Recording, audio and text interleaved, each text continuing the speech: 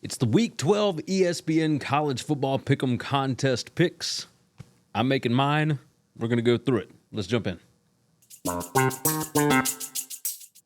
right, we're not going to waste any time. Let's go ahead and show you what we got. 53-47 thus far on the season.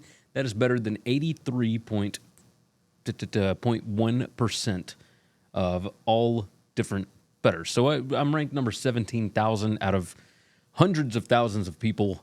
And hopefully you've been following along or doing better. That's what we're hoping for. All right, we're going to start off with game number 1 here. And the Utah Utes are going to the Colorado Buffaloes. And this one's an early game. Fox Big Noon kick, of course. Colorado, at least as far as the ESPN line is concerned, Colorado favored by 9.5 here. So let's go ahead and jump into the numbers and see exactly what I have got it. My model has got it 12.81 in favor of Colorado here. Number based on the last 4 weeks, I've got Colorado by almost, by 18. 18.17 here. And so the score I'm looking at is probably around 28.5 to 15.5-ish. I don't know how Utah is going to score here. You look at Utah's offense, and it is just abysmal. I mean, they're not good. They are certainly not good. That is something to pay attention to.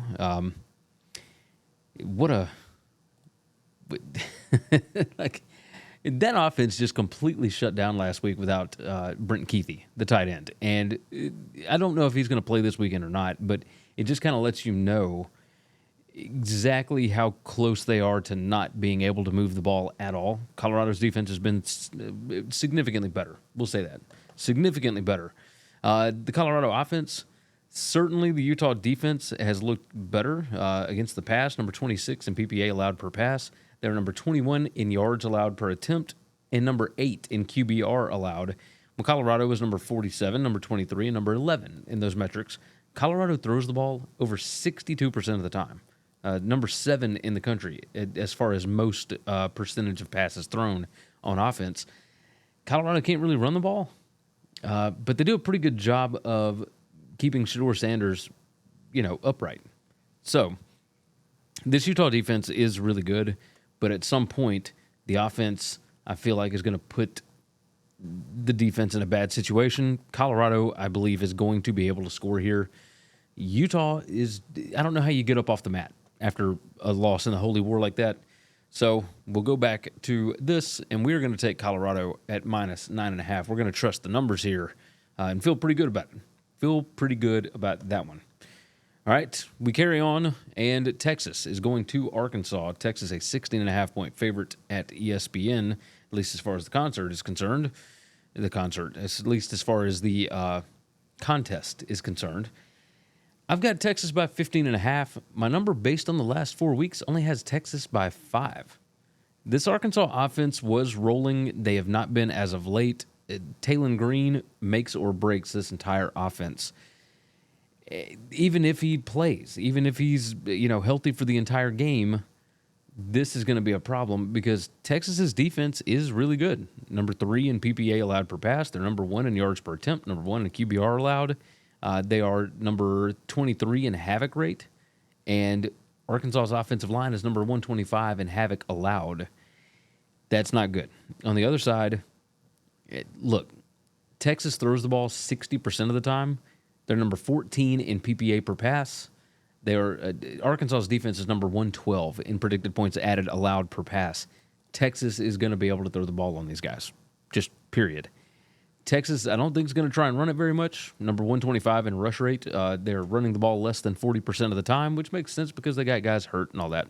But when you look at points per scoring opportunity, I mean, all these different options, I don't know how Arkansas gets a lot of points on the board, and I think that Texas can just about name their score. I know some of the Arkansas advanced analytics as of late are better. I think Texas maybe gets a little bit of revenge here for what happened to them a couple of years ago when they came down to Fayetteville. So just a thought on that. But we'll go over here, and we're going to take Texas as the favorite here. It's an early game. And, I mean, people in Arkansas like to hunt. So It is whatever season out there right now, as the Cover 3 guys will tell you about. All right, let me tell you right quick. If you have not already, if you like what we're doing, subscribe to the channel and do me a favor and like the video. That helps us out tremendously. Jump in the comments. I want to know what your picks are on these games, etc. And if you like these stat sheets, you can become a member at bettingcfb.com. I put the stat sheets out every single week, every Sunday. Sometimes it's Monday morning, but either way, I put out my picks early, all kinds of stuff over there. It's a fun community. BettingCFB.com, $5 a month, $50 for the year. And when the season is not going on, I'll be having some bonus podcasts, bonus content, all of my futures bets for next season, all that kind of stuff is going to be right there. So bettingcfb.com, if you would so kindly. All right, carrying on. Next game on the board is the Boston College Eagles going to SMU. SMU a 16.5-point home favorite here. And again, kind of liking the favorite. Let's pull it up. My numbers got SMU by 21.92. Based on the last 4 weeks, SMU minus 24. Boston College announced today that Grayson James is going to start at quarterback. They are benching Thomas Castellanos. I don't know that I necessarily agree with that. I'm gonna take SMU. All right, their offense should be able to absolutely light up Boston College. SMU likes to run the ball 55% of the time. So much more so than they pass it. But they are way better at passing the ball. Now, passing success rate, not so much. But number 13 in PPA per pass, number 9 in yards per attempt, number 17 in QBR. They're just really good. And that's the one thing that BC is not very good at. BC is good at defending the rush.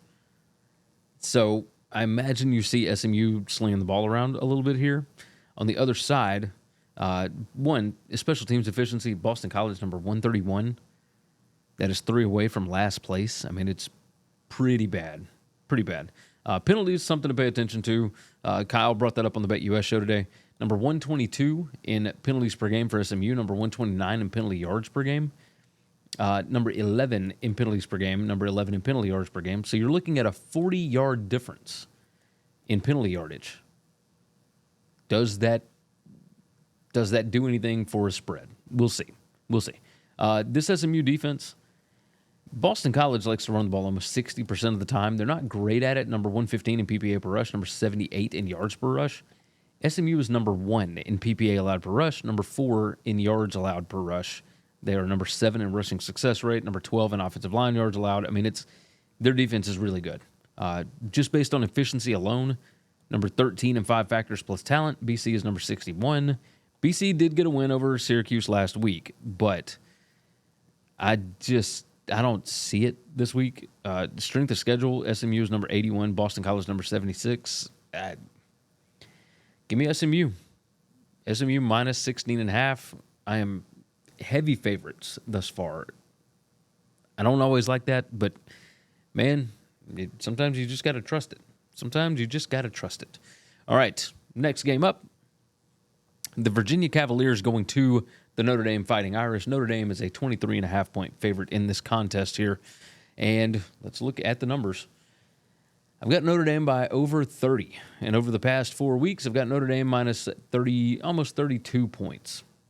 They are number 4 in PPA margin against Virginia, who is number 101. The offense isn't really throwing the ball a ton. They're number 86 in pass rate, so they throw the ball 47.22% of the time. But they are explosive at the pass game. They're number 13 in explosiveness is Notre Dame. Number 51 for Virginia's defense in passing explosiveness allowed. But Virginia, again, number 103 in PPA allowed per pass. Notre Dame, they should be able to run the ball whenever they want. The biggest indicator as far as rushing success is offensive line yards and stuff rate. Notre Dame is number 37 in offensive line yards. Virginia number 115. So my guess is they will get dominated on the line of scrimmage. Notre Dame is number 55 in stuff rate allowed. Virginia is number 127 in stuff rate created. So that ain't good. Notre Dame's offense should basically do what they want to. On the other side, it's 50-50 split as far as pass run for Virginia. They're not They're number 64 in rushing success rate. They are number 102 in passing success rate. You're not going to be able to throw the ball on Notre Dame. Can you run it? Maybe some. If you can stay ahead of the chains, which you're not great at. Virginia, number 62 in standard downs PPA, number 67 in standard down success. Notre Dame is number 3 and number 13 in those metrics on defense. I don't see it. I don't see, Virginia isn't very good at finishing drives. They're number 107 in points per scoring opportunity. Notre Dame's defense is number 4. On the other side, Notre Dame number 6 in points per scoring opportunity. Virginia's defense is number 84. I think Notre Dame can name their score here at 20. Right now, it's at 21.5. So there's been a lot of Virginia love here. But Notre Dame, I mean, they're 16-2 against the spread in their last 18 against ACC teams. Yeah, give me Notre Dame. I'll take Notre Dame. I know it's a big number, but even still. Moving over to the Big Ten. And let's set our timer and keep this thing rolling. Penn State goes to Purdue. Penn State is a 28.5-point road favorite on this. And let's pull up our number. I got Penn State by 29.5. Based on the last 4 weeks, it's only Penn State minus 22. But I think you saw last week that if Penn State wants to hang a number, they are going to hang a number. And I think that's kind of what we're going to see here. Purdue, number 133 in PPA margin. Penn State, number 11. This Penn State defense is the thing that Purdue wants to do the most is run the ball. Now, they're pretty evenly split as far as run pass, but that's the thing that Purdue does the best. They're number 84 in PPA per rush, number 56 in yards per rush. As far as throwing the ball, number 117 in PPA per pass, and number 87 in yards per attempt. Penn State, number 25 and number 11 as far as passing, and number 8 and number 14 as far as rushing defense. So I don't see anything happening there. As far as the offense goes, Penn State is actually number 9 in PPA per pass. They are number 7 in yards per attempt. Purdue's defense is number 131 and number 133. So my guess is Penn State could run the ball all day if they want to. They're number 24 in yards per rush. Purdue is number 116 on defense. I think that Penn State wants to cover this number. I think that they want to put up some style points to make sure that they don't get left out of the playoff if they don't make the Big Ten title game, etc. Because if it comes down to one loss Penn State or one loss Indiana or what, I don't know that both are going to get in, depending on their schedules. So we thought that we were going to get away from style points, but in this situation, Penn State's schedule is light. I think they're going to put a big number up here. We're going with another favorite. Give me Penn State minus the 28.5 on that one. All right, let me tell you right quick about Go Sleeves. That's right. Go Sleeves, the best kinesiology technology on the market. If you are an old man like me and your joints hurt, your elbows, your knees, your ankles, whatever, they got compression socks and compression sleeves and everything else that will make you feel better. If you've got a little boy at home that wants to wrestle all the time and you were too old for it, but you know you got to keep doing it because you're a dad, that's what you do. Go to GoSleeves.com/WCE. You can save 15% off with the promo code WCE. So you go to the WCE thing, and it will automatically get you there. Don't forget about the BetUS College Football Show. Every Tuesday and Wednesday, 1 p.m. Eastern Time. There's a link in the description to make sure that you are subscribed there. But myself, Parker, and Kyle, we break down 18 to 20 of the game or of the biggest games or the most interesting games or the games with the most value.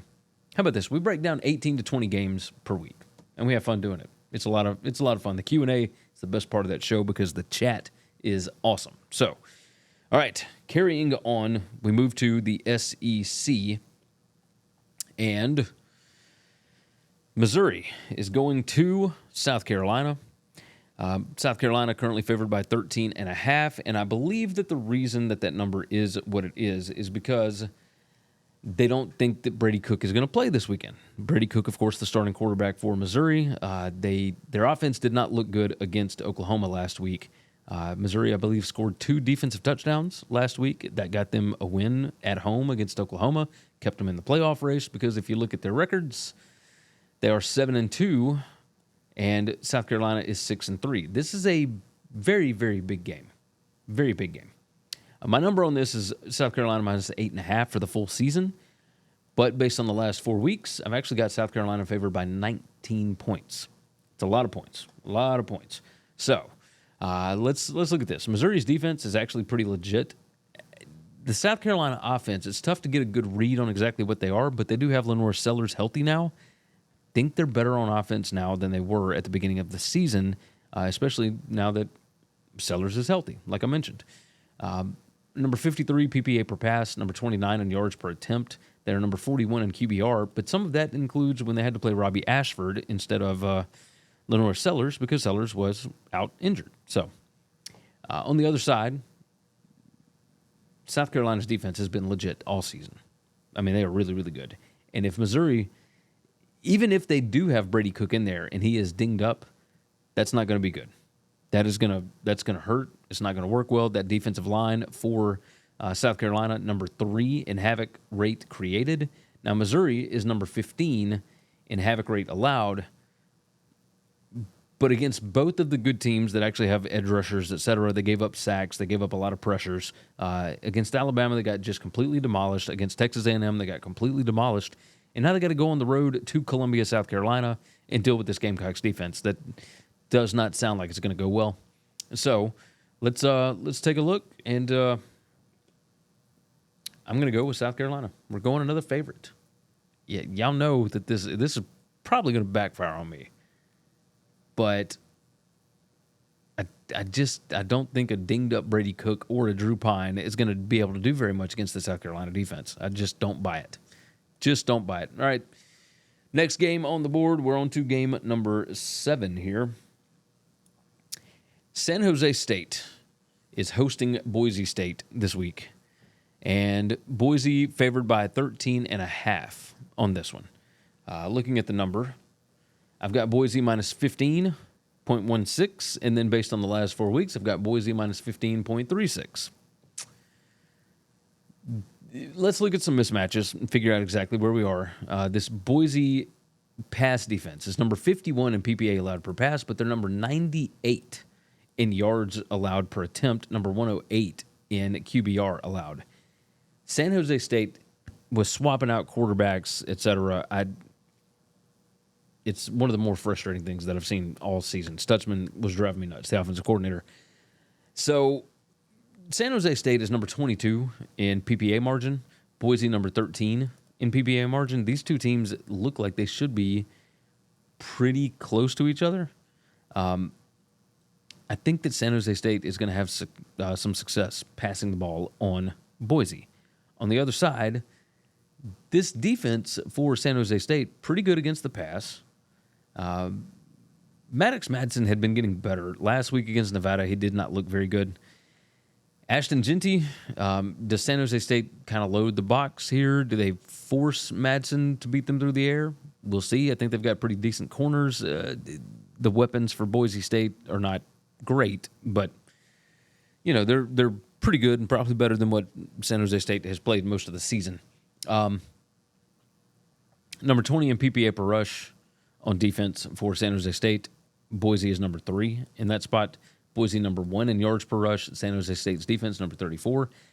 They're number 27 in offensive line yards allowed is San Jose State. Boise is number 40 in that metric. Boise number 49 in stuff rate allowed. San Jose State number 39. I think that San Jose State's defense is going to be able to keep them in the game here a little bit. And you're getting to that point in the season where, yeah, Boise's talented, but they're not like drastically talented. They're not so much better than their competition that they're just going to run out everybody. You saw that with Nevada last week. The Nevada game plan worked. Does San Jose State implement it? That's what I'm curious about. This thing's sitting at 13.5 makes me feel weird because obviously I've got Boise favored by 15. You would think that I would go that direction. But I think San Jose State's going to hang around here. So let's go ahead and lock that one in. San Jose State plus at 13.5 on this one. Arizona State. Big 12 action. They go to Kansas State. And we'll go on and pull the numbers up because Kansas State favored by 7.5 on this one. Scatterboo is, questionable, doubtful, may not play this week. They were able to, get a blocked kick and find different ways to score last week, did Arizona State. The Arizona State strength of schedule leaves a little bit to be desired. They're number 87 in current strength of schedule. They don't have a really good win on the resume. Kansas State, I've got them by 11 based on the last 4 weeks. I've got them by almost 9 points just based on the full season with, power rating, et cetera, built in. This Arizona State defense is pretty good. They're not great. Kansas State, number 26 in offensive line yards. Arizona State's defense, number 65. But they're number 32 in PPA allowed per rush. Kansas State's number 14. So I do think Kansas State will have some success. Special teams efficiency, Kansas State number 11 and Arizona State number 128. I feel like some special teams something is going to go Kansas State's way in this ballgame. So pay attention to that. On the other side, Kansas State's defense, they are built to stop the run. That's what Arizona State wants to do. They are number 22 in rush rate, 58.52%. They're number 16 in PPA per rush. They score a lot of touchdowns. They're number 13 in offensive line yards, number 22 in stuff rate allowed. Well, Kansas State is number 18 and number 12 in those metrics. Kansas State is built to defend the thing that Arizona State does best. The number is kind of high, but I think that Kansas State wants to get back on the right side of things. Both of these teams are 7-2. How crazy is that? I don't think Arizona State's going to be able to hang in this game. So let's go with Kansas State minus the 7.5. I'll trust the number. Good gracious. That's just bananas. All right, we carry on. Tennessee is an underdog on the road at Georgia. Georgia favored by 9.5 on this. I'll do that here in just a minute. So, but yeah, let's go on and pull up the numbers. I've got Georgia favored by 3. And over the last 4 weeks, I've got Georgia favored by 2.769. The reason why this number is where it is, I believe, is because they're really not sure if Nico is going to play in this game. Of course, Nico, the quarterback for Tennessee here. Okay. Tennessee's defense is really good. I don't think they're quite to the level that Ole Miss is as far as being able to get after the quarterback, but they are number 2 in have it created on the full season. They are number 4 in defensive PPA allowed per drive. Georgia's offense has got all kinds of problems. They throw the ball a lot because they can't get the running game going. They only run the ball 42% of the time. They throw the ball 57.44% of the time. That is number 22 in the country. The 22nd most passing in the country. People are about ready to get Mike Bobo out of there already. So the Georgia offense, number 64 in PPA per rush. They're number 83 in yards per rush. They are 46th in yards per attempt, 58th in PPA per pass. Tennessee's defense is good at stopping everything. They just are. But at the same time, Tennessee has played the number 35 current strength of schedule. Georgia has played the number 1 strength of schedule, so pay attention and do with that what you will. Georgia, significant advantage as far as special teams efficiency. On the other side, this Tennessee offense has not been great. The Georgia defense hasn't exactly been great either. Number 28 in PPA allowed per pass, number 37 in QBR allowed, number 18 in yards per rush allowed. But there's like little holes in there that you can take advantage of. And what I think here, while you're looking at these different numbers and you're figuring all this out, number 4 in 5 factors plus talent for Tennessee, number 5 for Georgia. Here's my issue. Tennessee under Josh Heupel has scored, 17, 13, and 10 against this Georgia defense. I think Kirby Smart just has them figured out. You saw this Georgia defense. They weren't able to do much last week against Ole Miss, but they're at home here at night. College game day is there. It's a whole other world. I think they're going to show up big. I know my number doesn't say it, but I'm going to roll with Georgia. I think they're going to be fired up here. I don't know that Tennessee can score here. Give me Georgia, minus 9.5. They are going to be amped to the gills on this one. All right. You guys know what time it is. Tickets are expensive. Every single year, every single day, every single week, whatever it is, everything that you want to go to, the tickets are expensive to get into it. So, do yourself a favor and save money every time. Ticketsmarter.com or the Ticketsmarter mobile app. You can save money by using the promo codes WCE10 or WCE20. It's going to get you $10 off an order of $100 or more, or WCE20, that's WCE20. It's going to get you $20 off an order of $300 or more. We got the playoffs coming up. We got bowl games coming up, college basketball, NBA, baseball just wound down, but there's other things going on as well. Highly recommend that you check them out. Incredible third-party vendor. Go ahead and get your tickets for whatever it is that you want to go to. I know Shane Gillis is going on tour early next year, so if you want to go check him out, I highly, highly recommend that you check out Ticketsmarter.com. Think smarter with Ticketsmarter. And if you want to support the show, of course, we've got a web store over at winningcureseverything.com. Go check it out. A bunch of new designs, etc. And, of course, you can always do Betting CFB, which is where these stat sheets come from. BettingCFB.com. There's a link in the description for that. One more game to get to. Oregon at Wisconsin.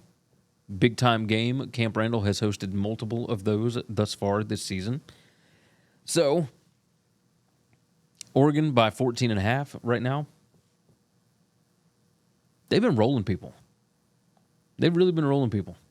But they're only 5-5 against the spread. They're 10-0 in overall record. My number on this right now has Oregon by 18.74.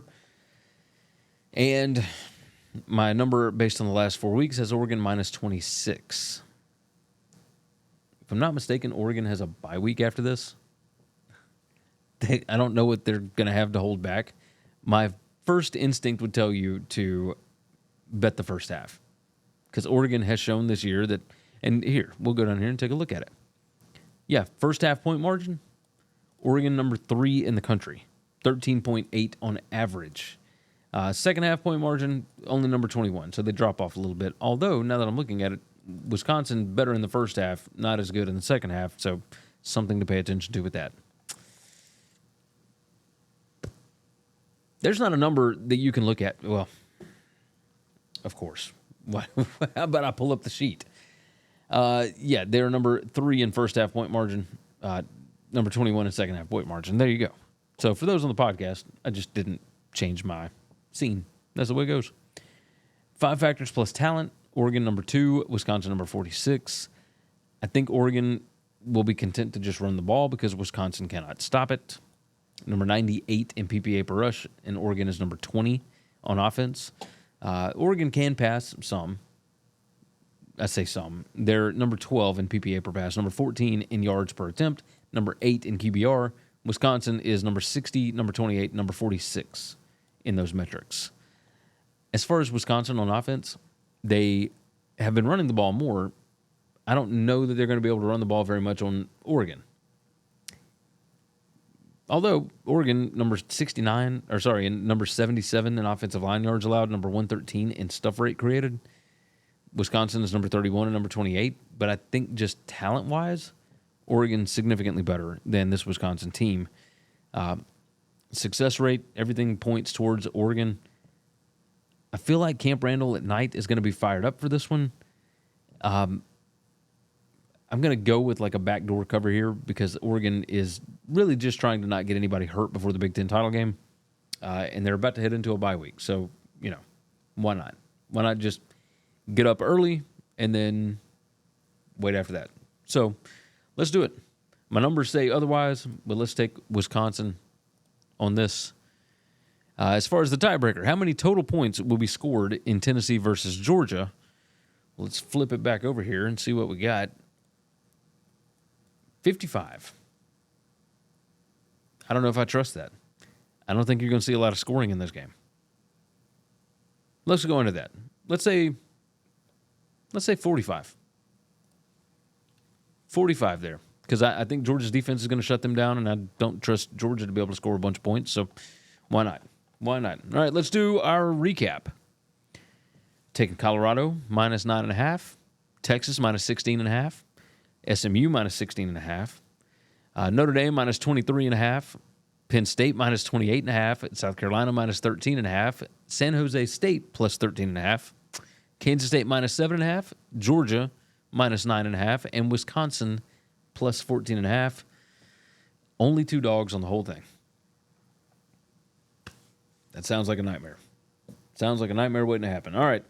You guys have been absolutely fantastic. Don't forget about Ticket Smarter. Don't forget about Go Sleeves. Don't forget about Betting CFB. And, of course, the BetUS College Football Show every Tuesday and Wednesday, 1 p.m. Eastern Time.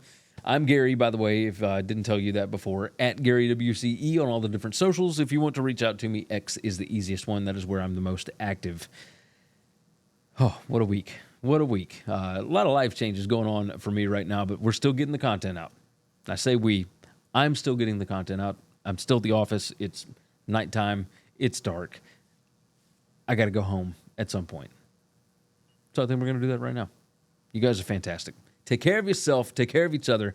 God bless college football, and hopefully all of your tickets cash this week.